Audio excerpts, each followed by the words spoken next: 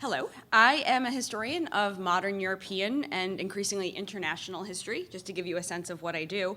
My work focuses on the intersections of war, imperialism, and decolonization with particular attention to Dutch experiences of these foundational events. So I really look at the Netherlands as a case study of these larger developments.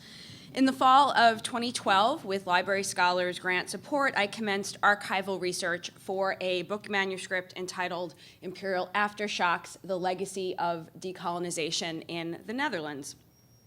This book examines the various ways in which the events of decolonization, specifically the loss of the East Indies/Indonesia in late 1949, following a brutal 2-year colonial war, have been experienced, transmitted, and institutionalized in the Netherlands. So in this larger work, I argue that the timing of Indonesia's decolonization allowed the Dutch to craft a pervasive rhetoric centered upon the themes of trauma and catastrophic loss, and I explore how this powerful and enduring narrative shaped decades of Dutch political culture and Dutch-Indonesian relations. So of critical importance to this book manuscript are those newsletters, organizational files, and other records generated by former Dutch colonialists after they returned to Europe. And return is a little bit of a misnomer, since many of them were not actually born in the Netherlands, but had been born in the East Indies, generations of family members living there, and so on. Others had more recently arrived. So especially after 1947, when the Dutch embarked upon this colonial war in the East Indies, these former colonialists returned to the Netherlands, where they became a very powerful lobbying force in Dutch society and political life. They repeatedly proclaimed, with various degrees of enthusiasm and vigor, that the Netherlands would lose its place in the world without its most important colony. And importantly for my work, these returnees were embraced by an array of conservative politicians, organizations, individuals, and other aid groups, as they called themselves, that employed the returnees' experiences in the service of their own political agenda. So as they urged the Dutch government to hold on to the colony at all costs, they would use these returnees' experiences and interpretations and opinions and so on in the service of their political agenda. And in response, a number of leftist and progressive organizations, some that included Indonesians living in the Netherlands at this time, called upon the Dutch government to end the traditional colonial relationship and instead support the newly declared Republic of Indonesia, led by Indonesian nationalist Sukarno. So, the Library Scholars Grant money that I received was used to fund research in 2 Dutch archives predominantly: the Dutch National Archives in The Hague, as well as the NIOD Institute for War, Holocaust, and Genocide Studies in Amsterdam. Both of these collections hold numerous files related to these returnees and the political conservatives, as well as the leftist and progressive opposition, those groups that advance a distinctly anti-colonialist message. So really, with this first phase of my research in the Netherlands, I tried to cover all sides of the political spectrum. And the fun stuff, which I will also talk about, the grant covered my round-trip plane ticket to Amsterdam, plus at least partial housing in a rental apartment for fall 2012, when I was on sabbatical, and I spent this whole time in Amsterdam and The Hague doing research. Oh, sorry. Okay, so these are the archives I consulted at the Dutch National Archives in The Hague. I was here approximately from mid-September to mid-October, and I will say that I am perhaps happiest when I am spending a good 9-to-5 day in an archive pouring through these kinds of files. So this was a dream come true for me. This is a listing of those files that I examined in The Hague. I'll talk about Gebrandi, the first one. I'll talk about his files in a few minutes in a little bit more detail. Meyer Raneft was a very prominent conservative, had his fingers in all sorts of different causes on the political right, extra-parliamentary right, was very much off the spectrum in some ways, but he, importantly for those of us who study these kinds of things, was a pack rat and kept everything he got a hold of from those he liked and didn't like, in fact. Franz Goethart is someone I've looked at before from my first book. He was a former wartime resistor, anti-Nazi resistor during the war, and then after the war became a vocal and very consistent supporter of Indonesian independence. Luckily for me, there was a researcher who had just written a biography of him.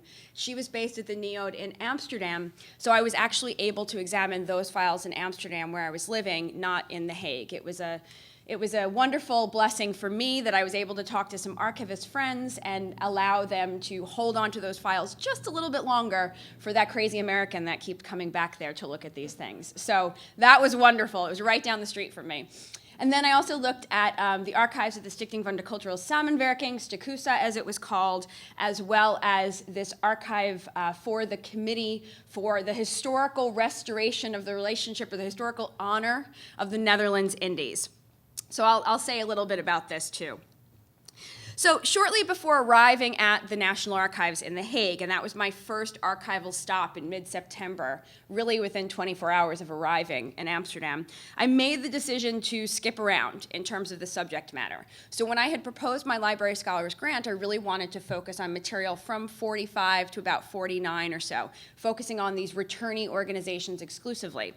I wanted to focus on that originally, but then I changed it because during the summer of 2012, so this was after I got the award, but before I departed for the Netherlands, the National Archives announced that it would be closing and renovating. I'm not lying, and renovating the main reading room as of October 15th. So that was a month into my stay, and there would be only limited archival access after this point. So I'll return to that in a minute, because it is very important to be flexible with these kinds of things. So this is a little bit from the finding aid of the file that I spent most of my time involved with, I should say. I felt like I know this person very, very well after all of this. These are the files of former wartime Prime Minister Peter Gebrandi, who had spent the wartime years of 1940 to 45 in exile in London with the rest of the Dutch government. And after his return to the Netherlands after May 1945, he became one of the most outspoken proponents of continued Dutch colonialism. There were rumors of him possibly staging a coup at some point, so really went off the political spectrum at some point. But from 1946 to 1950, he headed this National Committee for the Preservation of Imperial Unity. I don't want to play too much with this thing, but it's that organization down here called Rijkseenheid under that D. That section D is really where I spent much of my time examining things.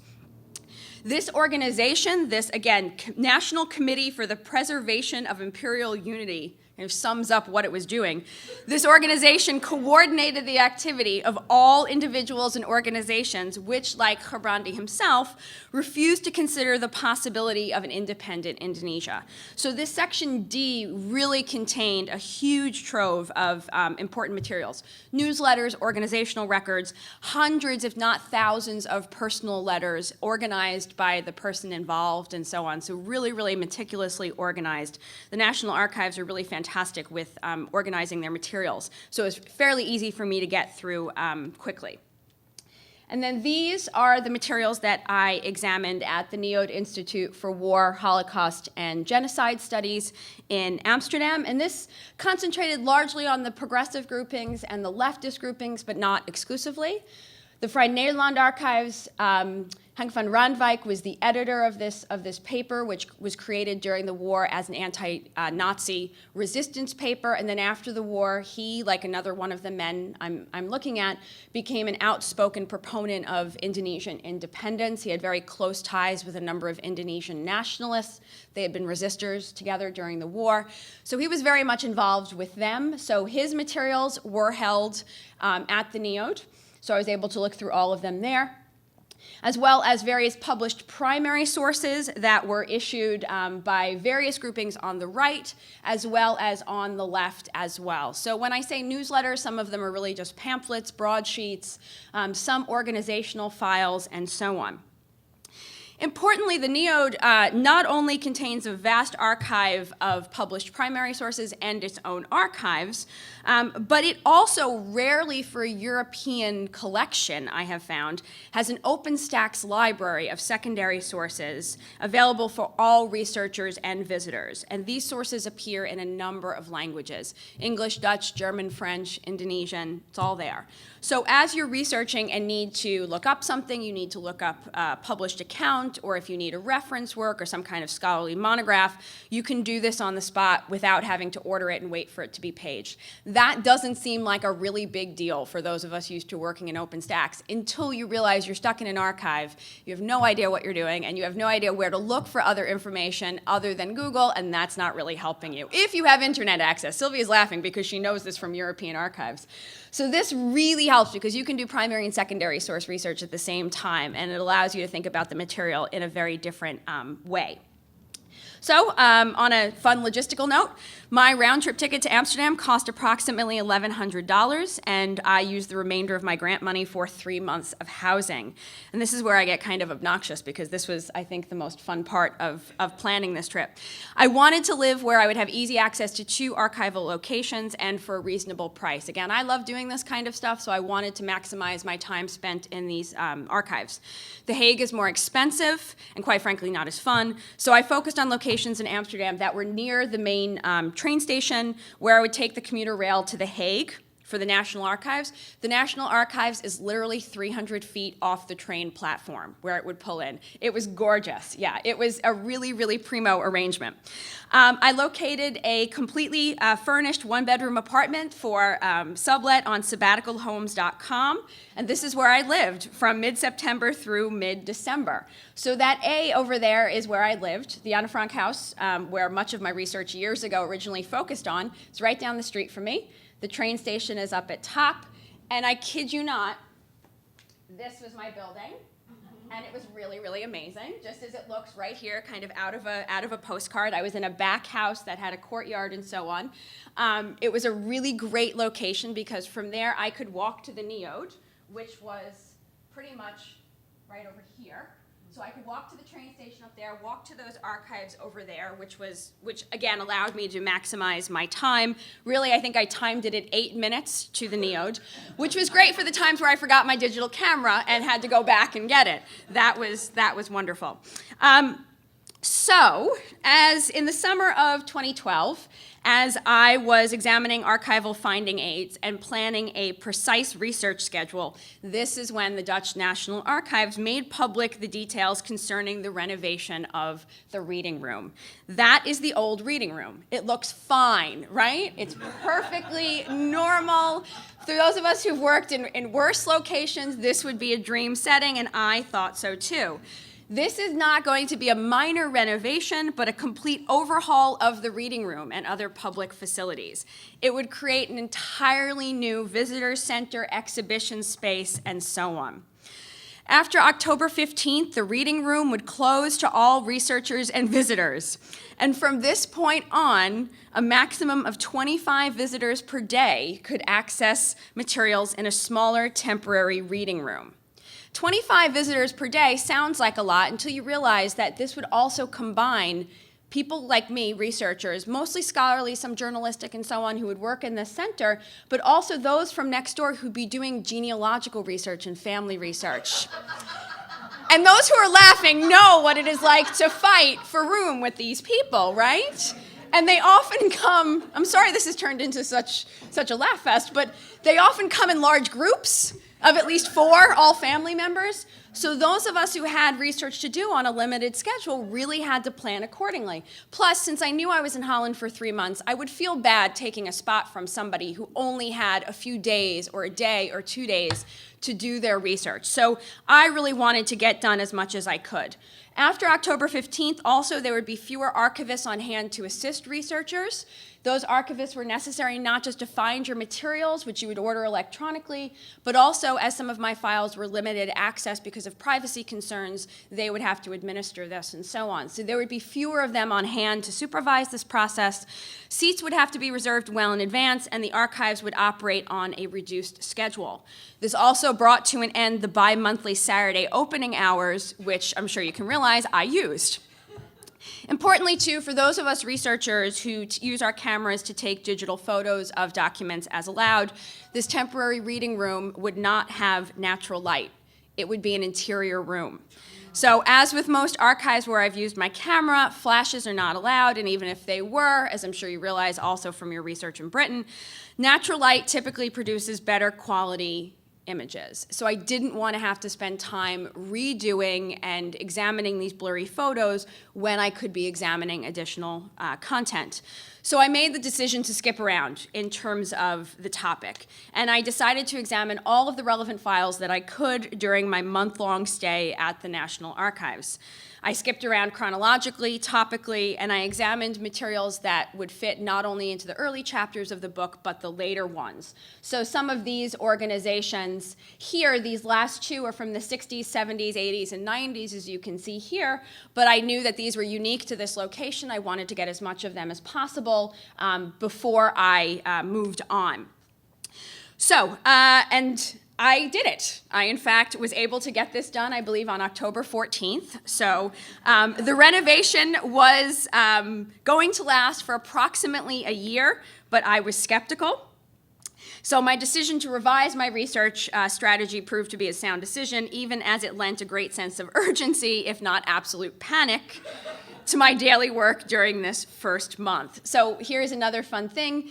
It was unveiled a year from its original starting date of the renovation, so the Dutch need to be congratulated for that. This past October, the National Archives unveiled its new reading room, library, visitor center, and exhibit space. This is King Willem-Alexander on the left up there, with the then director of the National Archives unveiling the new space. That director on the right has since gone on to lead the library in Amsterdam. So this is them opening the new exhibit space. This is a new set of materials. These are parliamentary records that were put on display, because really with this renovation, they aim to make the whole setting much more available to members of the general public and so on, not just us scholarly researchers. So you saw what the reading room looked like before. These are the pictures of what it looks like now. Far, far fancier.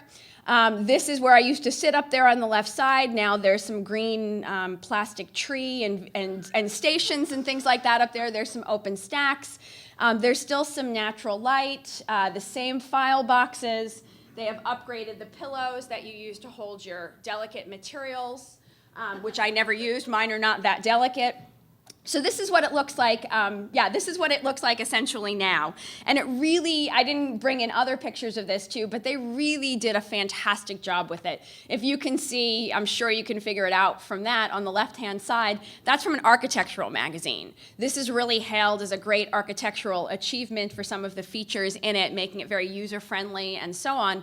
I'm just glad that it's open to the public again in case I need to get back to go through those things I flew through. So after doing work there and at the NEOD, I then was able to work primarily in two other collections for the month of November and December. Spent a good deal of time in the offices for that publication, Vrij Nederland. I already looked at its archives.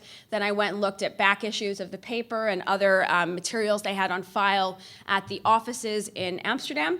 And I also spent a good deal of time at the Historical Documentation Center for Dutch Protestantism, where I looked at a number of files from mostly Calvinist political leaders who fell on various sides of the pro-colonial, anti-colonial spectrum. So in all, it was a fairly intensive fall. I wouldn't have it any other way. This concludes my presentation of what I did, and I'll be happy to take any questions and comments you have. And most importantly, I thank you for supporting my research and that of other faculty members across the university. Thank you.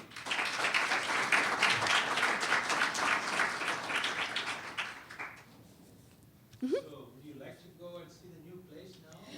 I would, but I also also worry it's a little bit too fancy. Like it's a little bit too interactive where I just want the files. You know, I just want the files. This is already a pretty intensive collection because so many of the things from the old Dutch Empire are there. It's really, you know, it's the collection of Dutch patrimony. Most Dutch items of significance historically are there. So it's already very security intensive. You're given a badge. You have to check in and out every time you go to the bathroom even. So it is very, very strict. And it's already a procedure. So I wonder if, in fact, it's lent that to it. But I do need to make another trip, especially because it's right there on the train platform anyway. So, yeah. Jennifer, obviously you read Dutch. Mm-hmm. Are you reading Dutch when you're back here so that when you go there, you don't have to kind of reacclimate yourself to it? Or? Yeah, I do. I mean, I go through my sources. I'm going through this. I'm using this. I'm writing about some of this already. Some of what I started learning Indonesian a few years ago also too, but that was less for this part of the project. So I continue to stay up with it. My issue with Dutch has always been strange colloquialisms, not necessarily in terms of words, but in terms of cultural habits and so on. And I read the news and I follow things like that. So yeah, no, I normally do stick with it, and I was actually surprised at how much on this last trip, after having been out of practice for a while, I was able to jump into watching the news and things like that fairly easily. I will revert to English in archives when there's something complex, and it's easier for the archivist to understand me in English than it is for me to express myself in Dutch. Well, that's what I figured. They must Yeah. be really surprised to hear an American speak. They do, and the Dutch are really impatient with it sometimes too, and the minute they hear you make a mistake or an accent, they just switch to English, and sometimes you just give up fighting. You just say fine.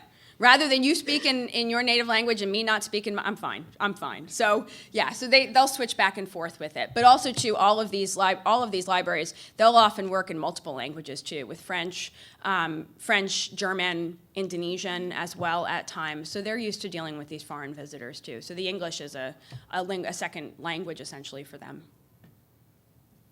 So how far? No.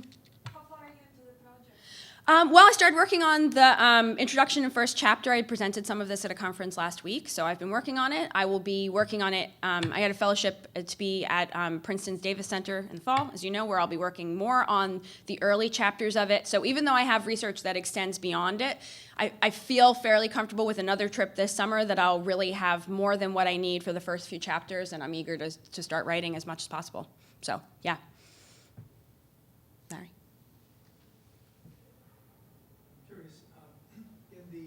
In Indonesia, are there old conservatives who really want to be under the Dutch wing, the wing of the Dutch anymore? Or is it In Indonesia? Yeah. Oh, absolutely. At this time? Oh, I mean, now do you mean, or then? either? I mean, because there's still always pockets of that nostalgia that you find itself years afterwards, but then there most certainly is.